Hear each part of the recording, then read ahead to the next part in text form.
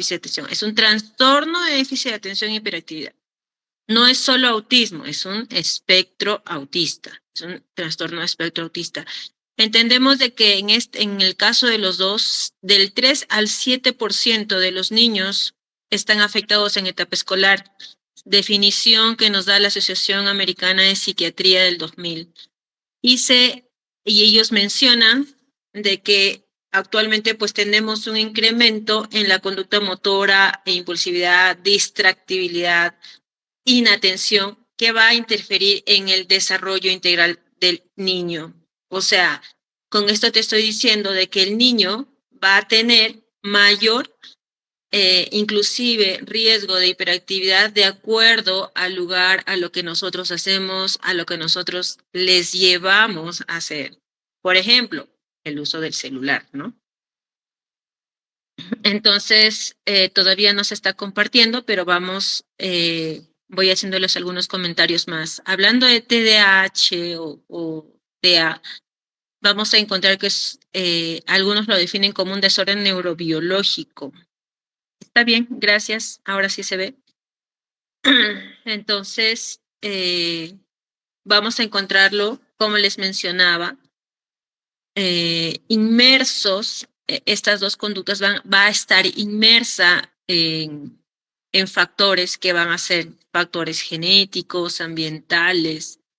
Ahí lo dejé como alteraciones en el desarrollo cerebral, pero como qué es lo que está detrás de él, ¿no?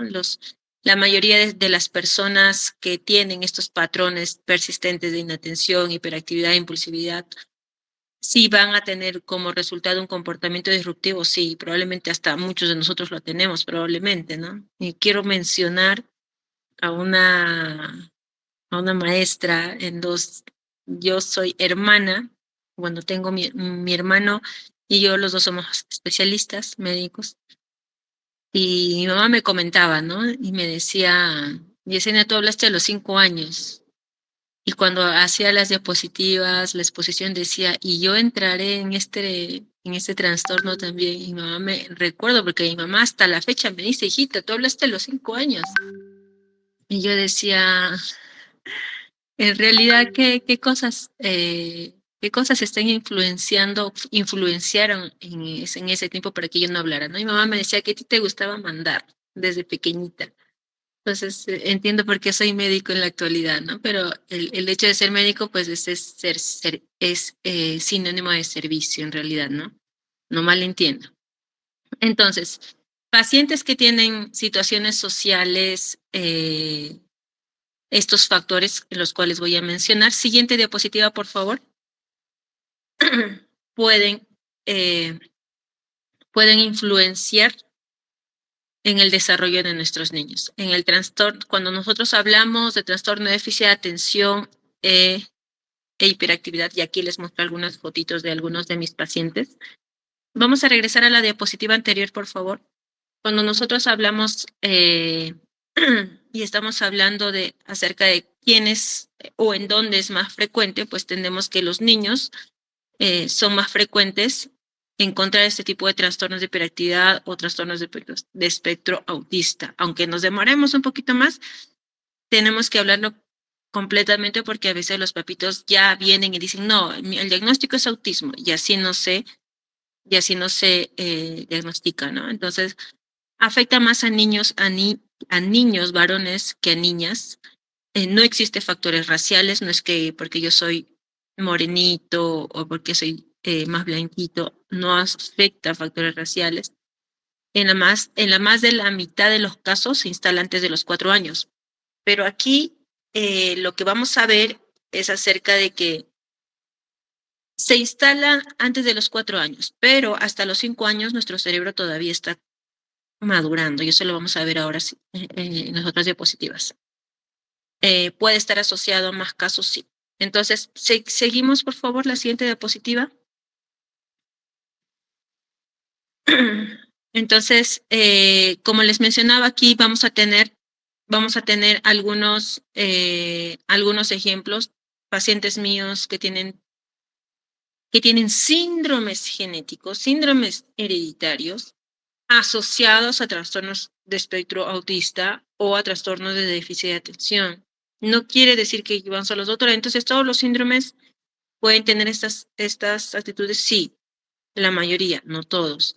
Y todos los que tienen, recuerda, todos los que tienen déficit de atención, hiperactividad y autismo son sindrómicos. No necesariamente, no necesariamente. Seguimos la siguiente diapositiva, porque existen factores, como les estoy mencionando, y como les mencioné al inicio, siguiente diapositiva, por favor. Existen factores genéticos, ambientales, de embarazo, del desarrollo temprano, factores ambientales que nos van a llevar a que el niño pueda tener un TDAH o un TEA.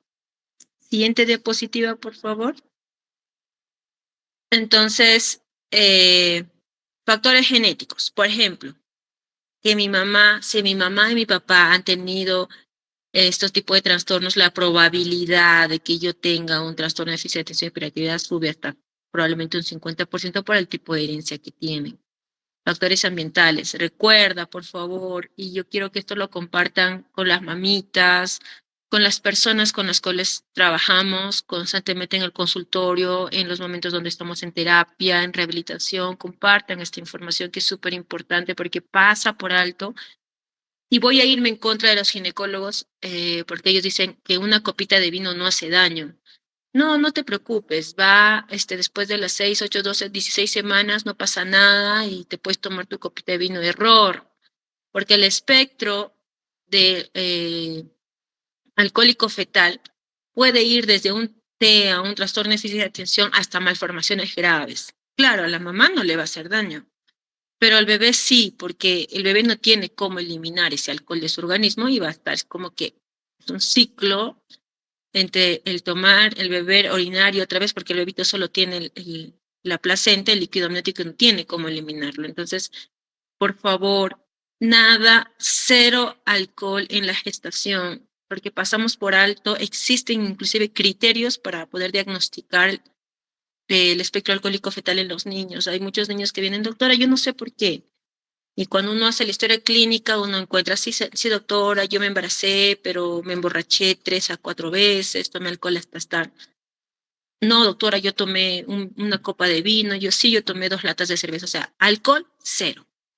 Cigarros, lo mismo. Cigarro tienden los niños a presentar efectos disruptivos, ¿no? ¿Qué quiere decir? Hasta ausencia de brazo, de piernas. No porque el niñito sea mal formado, sino porque ¿qué pasó? ¿Qué hicimos nosotros, no? O simplemente los órganos no crecen adecuadamente o son más pequeñitos, nacen con restricción de crecimiento. Inclusive, cuando tú te embarazas, tenemos que tener bastante cuidado las gestantes porque parásitos como el famoso TORS, ¿no? Toxoplasma, rubiola, stegomelovirus, sífilis y todo este grupo también hacen daño a los bebés. Estoy hablando de los factores ambientales dentro de la panza de la mamá. Entonces, y existen otros factores. Si yo me dedico a hablar solamente de factores que ponen en riesgo al niño a tener este tipo de trastornos, pues estoy hablando, en realidad son muchísimos, hasta el medicamento que tomas. El fiebre, diabetes y cosas más, y más cosas, ¿no? Entonces, el ambiente social, ¿dónde está nuestro paciente? ¿Dónde ya cuando el niño nace, cómo es que los criamos? Está bien, nosotros como padres, pues no nacemos en una escuela de padres, ¿no? Mi madre no nació en una escuela de padres donde le dijeron, señora, cuando tengas hijos vas a hacer esto, esto sí, esto no. Mi mamá siempre fue, por ejemplo, personalmente fue muy dura conmigo en relación a tienes que estudiar, no tienes chance de estar ahí perdiendo el tiempo en la calle. Y le agradezco a ello porque ella fue ese pilar en mi vida, ¿no? Pero ¿qué hacemos como padres? Los dejamos en el celular. No, y créanme que eso es de cada consulta que tengo con los pacientes. Paciente que llega, no, doctora, le voy a dar el celular para que no nos interrumpa. No, error, yo necesito conversar con un niño. O sea, necesitamos que el niño aprenda. ¿Qué le estamos enseñando? Que solamente estar en el celular está bien. Y luego nos quejamos porque el niño no nos hace caso, luego nos quejamos porque el niño se pierde, no tiene una atención adecuada, porque no capta en el colegio, pero ¿qué estamos trabajando en ello? Recuerden que en nuestro cerebro pues tienen las áreas cerebrales, cada uno tiene una función diferente. Una en la parte musical, en la parte de atención, en la parte intelectual, en la parte del desarrollo de emociones. O sea, en realidad, pues es un todo nuestro cerebro, pero le estamos dando mucho y es lamentable porque yo lo veo constantemente. El lugar donde voy, el niño está con el celular, la mamá con el celular, no les damos atención. No, y le quitan el celular y el niño empieza a gritar. Obviamente, pues, ¿no? ¿Qué le enseñamos? Entonces, todas estas cosas, o simplemente qué es lo que está pasando en la casa, un padre alcohólico, una madre ausente, o padres golpeadores. Entonces, como profesionales, algunos como futuros profesionales, en caso de mis alumnos, estamos obligados a hacer una historia clínica adecuada en relación a qué es lo que está pasando alrededor de este paciente para que llegue a presentar este tipo de alteraciones. ¿Por qué? Porque muchos aquí a veces me derivan al paciente, ay, ya tiene TEA, tiene esto y esto. Pero y no nos sentamos a preguntar al paciente, ¿no? ¿Qué pasa? ¿Qué está detrás de eso? ¿No? Tenemos un padre inflexible que no tolera nada, que solo a golpes lo trata al niño y el niño ya tiene miedo, no quiere estudiar, o un niño que simplemente ha anulado sus emociones, un niño que sabe que tiene que estudiar, o un niño que simplemente no tiene contacto con el medio, porque eso es lo que va a pasar con nuestros niños que tienen TEA y con nuestros niños TDAH. Muchas veces ellos no tienen contacto con el medio, o sea, no tienen la capacidad de entender lo que está pasando alrededor. ¿Por qué? Porque ellos no han desarrollado esa capacidad. Tú sí, yo obviamente, nosotros los que estamos aquí sí hemos desarrollado, sí entendemos que el rojo es rojo, porque es rojo. Pero ellos, tú le dirás, es rojo. En su cabeza dirá, ¿pero qué es rojo? No estoy hablando de los TEA severo que no tienen, literalmente no tienen el contacto o no tienen relación con el medio. Entonces, ahí vamos desde el hecho de qué es lo que está pasando en casa. A veces los papás también somos impacientes y no nos damos la capacidad o el tiempo necesario con los niños para enseñarles. A veces vienen pacientes y me dicen, doctora es hiperactiva.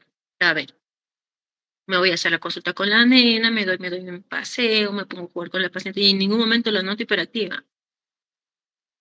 Obviamente va a ser hiperactiva cuando está llamando tu atención, ¿no? Cuando como papás llaman nuestra atención o como alumnos, ¿no? O sea, esas cositas nosotros como profesionales pues tenemos que ir identificando. Está llamando la atención porque simplemente no les prestamos atención y ya los estamos diagnosticando como TDA. Inclusive he tenido pacientes que hasta ya los habían medicado por trastornos de déficit de atención y hiperactividad, por TEA, y cuando yo conversaba con ellos, pues eran niños lindos que no tenían nada, absolutamente nada. Entonces, pero como papás nuestro, ay, es que como no le doy atención, no tengo tiempo y ya, ¿no? Entonces, tenemos que rever todo lo que está pasando, hacer una historia clínica adecuada. Nos va a tomar tiempo, pero tenemos que hacerlo. Siguiente diapositiva, por favor.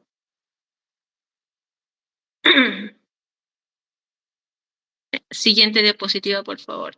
Entonces, cuando nosotros hablamos de trastornos de déficit de atención, hiperactividad, recordemos, regresa al otro cuadrito.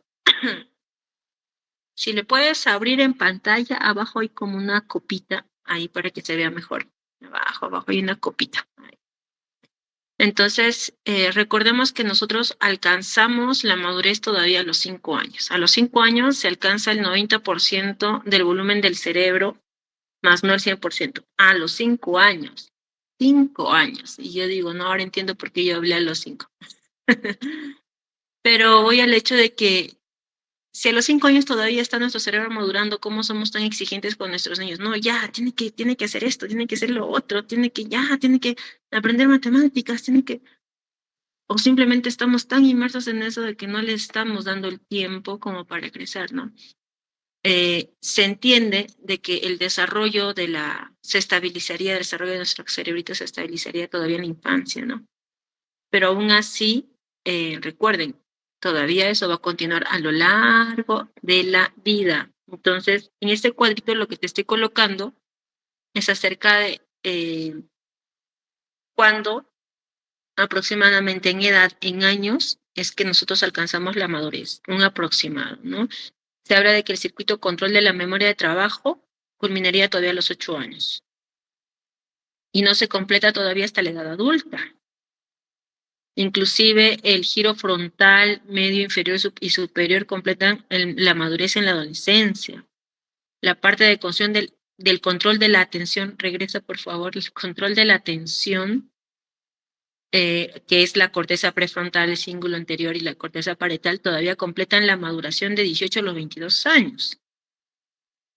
Entonces, miren, a la edad todavía, o sea, adultos todavía sigue madurando nuestra cabecita, ¿no? Entonces, estaría mal decir que es un trastorno de déficit de atención e hiperactividad y TEA en un niño de 5 años. Por eso menciono, ¿no? O sea, ¿qué estamos haciendo? O sea, diagnosticando ya, inicia tratamiento ya, pero todavía nuestro cerebro está en maduración. Todavía estamos en crecimiento, en desarrollo. Pero eso no quiere decir, ya, entonces como la doctora dijo de que todavía maduramos hasta los 22, entonces yo lo dejo. No, no, no. Hasta los 5 años nosotros tenemos la posibilidad de darle la mayor cantidad, siempre le menciono eso a mis papitos en las consultas, la mayor cantidad de herramientas para que el niño se pueda defender, ¿no? O sea, si el niño tiene estos trastornos, y voy a meterme a otra parte, atraso al desarrollo neuropsicomotor, si no camina bien, si no habla bien, si tiene problemas de lenguaje, entonces estamos hasta antes de los 5 años para mejorar y darle esas herramientas con las terapias para que el niño pueda tener una vida plena, ¿no? Porque recordemos que nosotros como papás o como profesionales no vamos a estar toda su vida, ¿no? Va a pasar el hecho de que el niño crece y si nosotros no estamos, tenemos que enseñarles a ser independientes, ¿no? Siguiente diapositiva, por favor. Entonces, va a existir una demora en la maduración de los circuitos que funcionan o que comprometen las funciones ejecutivas y las leyes de la atención. Siguiente diapositiva, por favor. Entonces, como vuelvo a mencionar, la demora en ponerse o en tener los marcos de desarrollo no necesariamente va a ser patológico, ¿no? No necesariamente va a ser patológico, sino que podemos esperar a que el niño complete su desarrollo neuropsicomotor. Pero recuerda, ¿no? Es necesario siempre un manejo multidisciplinar.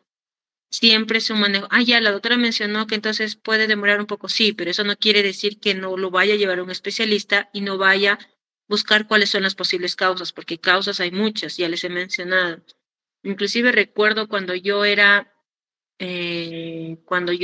estudiante, recuerdo que la mamá, ya la cabeza, o sea, estaba en labor de parto, ¿no? Siguiente diapositiva, Jessie, por favor. Estaba en labor de parto, y les comento esto porque tenemos que llevarlo a lo cotidiano, a la vida, a lo que nos pasa, ¿no? Entonces la cabeza del bebé ya salía, ¿no? Ya salía. Y la mamá decía, guau, guau, me duele, me duele, me duele. Y, y cerró las piernas. El bebito ya había roto placenta, la cabeza del bebé ya estaba afuera y cerró las piernas y el bebé se metió. Ah, ahí, por favor, ahí. Existe una demora ahí. Entonces, la cabeza del bebé literal se volvió a meter y la mamá cerró las piernas y no quiso pujar más. Hágame cesárea. Nosotros, pues, tuvimos que ser un poquito bruscos en abrirle las piernas a la señora y decir que puje. ¿Cómo creen que nació esa criatura? ¿Cómo creen que nació esa criatura si ya estaba estrangulado ahí, sin oxígeno, se había tragado líquido, nació el bebé? Bueno, ya después de todas las maniobras que hicimos, nació el bebé, le sacamos el líquido, se había tragado líquido, no respiraba, lloró después de los 10 minutos. O sea, nació mal. ¿Y de quién fue la culpa? Y en este momento sí voy a hablar, lo voy a colocar así, porque si tuviera pujado bien esta señora, el bebito hubiera tenido una vida normal. Entonces, se los cuento como algo que me pasó a mí que no me gustaría que vuelva a suceder, pero lamentablemente pues son cosas que pasan, ¿no? Tampoco la voy a juzgar a la señora, no sé qué habrá pasado en la cabeza de la señora, tampoco la voy a juzgar, pero ha causado un daño permanente en el bebé, probablemente que sí, ¿no? Entonces, desde esas cositas marcan marcan un futuro en nuestros niños. Entonces también preguntemos eso, ¿no? ¿Qué pasó en el parto? ¿Nació cesárea? ¿Nació parto normal? ¿Tuvo abortos? ¿Usó alguna pastilla abortiva? ¿Usó alguna hierba abortiva? ¿Por qué? Porque ahí nacen los niños con Moebius, ¿no? Que supuestamente es síndrome, pero es niños que nacen con parálisis, con trastornos secundarios del famoso Citotec. Ok, entonces vuelvo a mencionar, debemos de darle tiempo de madurar al niño, pero no por ello debemos de utilizar todas las herramientas que tenemos, el manejo multidisciplinar siempre, ¿no? Desde el área psicológica. Yo soy médico, no soy psicólogo, pero habrá pasado algo en la cabecita de esta mamita, digo yo, para que ella cierre las piernas y el bebito literal, chicos. O sea, a mí no se me borra de la cabeza esa imagen, la cabeza estaba fuera y la señora cerró la pierna y el bebito se metió y yo estaba colapsando, yo era estudiante, no había acabado la carrera, yo estaba colapsando, trepada en la señora, porque decía el bebito se me muere, ¿no? Se nos muere el bebé. Entonces, pero para eso teníamos como profesionales haberle enseñado a la señora en la etapa del embarazo, señora, no vayas a tomar alcohol, señora, cuando pase esto, no vayas a hacer lo que pasó, simplemente simplemente ver qué es lo que está pasando, ¿no? Cuáles eran las acciones que nosotros como profesionales debimos haber tomado cuando ella era gestante. Entonces, siguiente diapositiva, por favor. Cuando nosotros hablamos de TEA y TDAH, encontramos de que se ha demostrado, hablando morfológicamente, hablando ya otra vez, hablando otra vez de la parte cerebral y todo, que hay una disminución asimétrica hemisférica en la parte derecha e izquierda, así como también una disminución del tamaño de las regiones prefrontales en el hemisferio derecho. En algunos casos también se asocia a epilepsia. Tenemos o convulsiones, tenemos que tener en cuenta también eso. ¿Saben por qué? Porque ha habido veces en los cuales un movimiento de los ojos o un simplemente, y podemos confundir, el niño se queda inmóvil, puede ser una convulsión. Entonces las convulsiones no necesariamente son esos movimientos tónico-clónicos que nos enseñan, el niño mueve, mira para arriba. O sea, no necesariamente es eso. También existen otros y también está asociado a este tipo en este tipo de lugares. Entonces, el cerebro de los niños se ha detectado cambios significativos, sí, porque crecen, o mejor dicho, no crecen, tienen un menor volumen, aún en el vermis, ¿no? Que es en la parte posterior. El circuito específico, la literatura menciona que está en las regiones prefrontales derechas, como lo menciono ahí, y vuelvo a mencionar que tendrían un origen en las primeras etapas de la gestación. Entonces, puede ser que nazca el niño y haya sido el parto normal, la cesárea perfecta y todo, y el niño presenta. Y aquí voy a hablar un poquito de genética, me voy a saltar porque la edad paterna avanzada relaciona mucho con TDAH y TEA.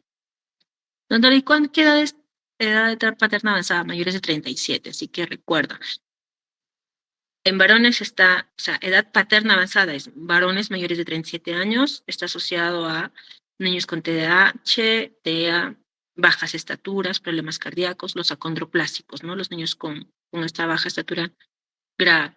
Entonces, está asociado a la edad paterna avanzada. La edad materna avanzada está relacionada a niños con síndrome de Down, síndrome de Edwards, Patau, microdeleciones y otras alteraciones. Entonces, recordemos eso. Siguiente diapositiva, por favor. Entonces, la genética ha demostrado que en realidad pues tenemos mucho riesgo. Si ya mis papás son sanos, yo tengo TDAH, la probabilidad de que mi hijo tenga es 50%.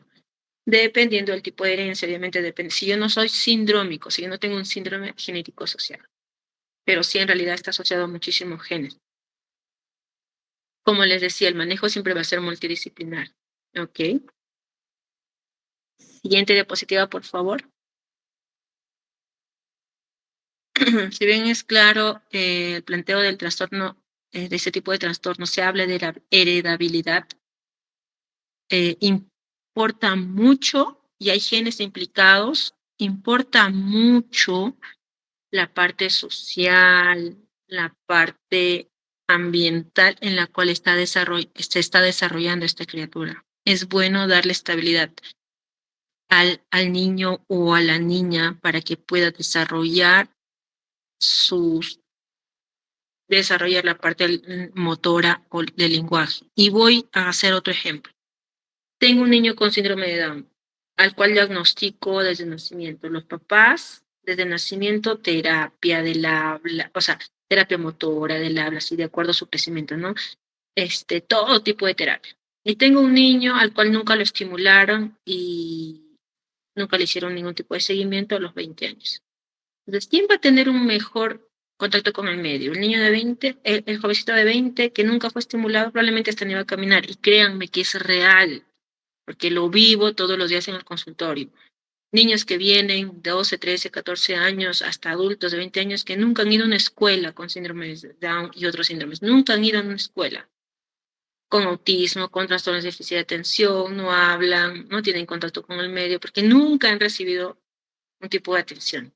Y tengo niños con síndrome de Down que cantan, bailan, están en el colegio, que tienen N actividades,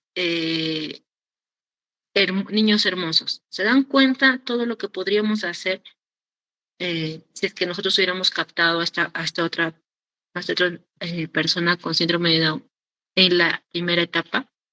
Entonces, en esa parte siempre voy a estar agradecida con Frite porque siempre mando a mis pacientes indistintamente a salud mensa, indistintamente yo siempre estoy mandando a mis pacientitos con trastornos y siempre he recibido el apoyo de ellos y les agradezco eternamente por el apoyo que les dan, la paciencia que les tienen, el amor y el cariño con los que los tratan, ¿no? Siempre, las veces que he ido ahí, he visto todos eran mis pacientes, ¿no? Y todos eran la gente que yo los veía en algún momento.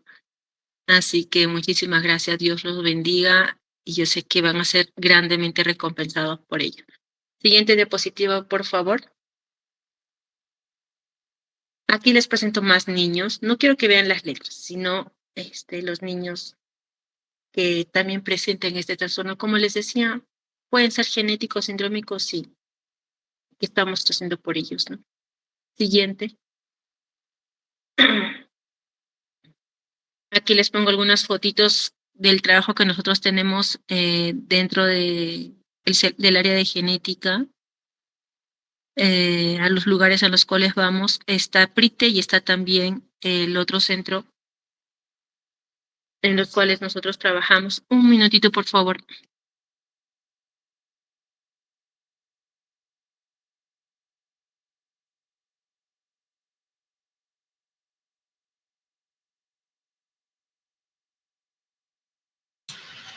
Por favor, recordarles a las personas asistentes que puedan registrar su asistencia en el link que está en el chat. Bueno, ya, vuelvo. Lo que pasa es que estoy en el hospital, ustedes me entienden. Entonces,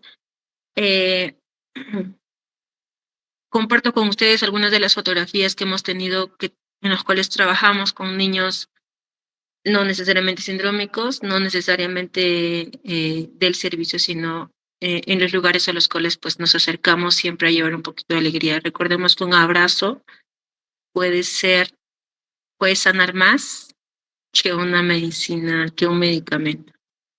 Así que a los profesionales que hoy nos están acompañando, los invito a romper ese paradigma que siempre, inclusive como médicos nos dicen, ¿no? El médico debe tener su relación médico-paciente, pero eso no quiere decir que, que seamos muy duros con nuestros pacientes, porque muchas veces vienen buscando ayuda, vienen literalmente de todos los lugares y nadie les ha abierto las puertas. Entonces, seamos un poquito más empáticos con ellos, tratémoslos, saludémoslos con un abrazo. Yo sé que hay muchos de mis alumnos que están aquí, entonces a ustedes también les menciono eso, ¿no? Seamos más empáticos, maduren con la experiencia que nosotros tenemos.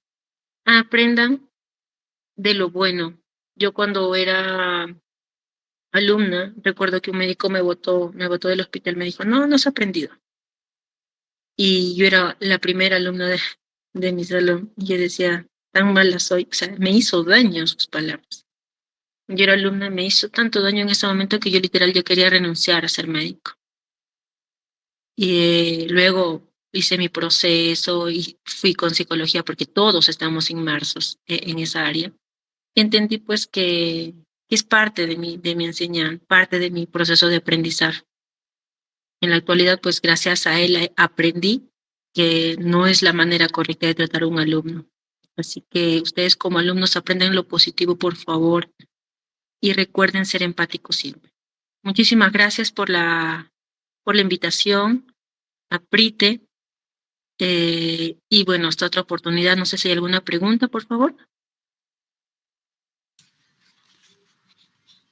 Muchas gracias, doctora, por estos alcances que nos está usted dando en el día de hoy, porque como decíamos al inicio de nuestra ponencia, lo que buscamos es poder ser profesionales, que podamos hacer una atención y una intervención adecuada y oportuna en nuestros niños, y siempre teniendo mayor conocimiento y teniendo también los conocimientos científicos, vamos a poder nosotros hacerlo de manera adecuada. Por favor, las personas que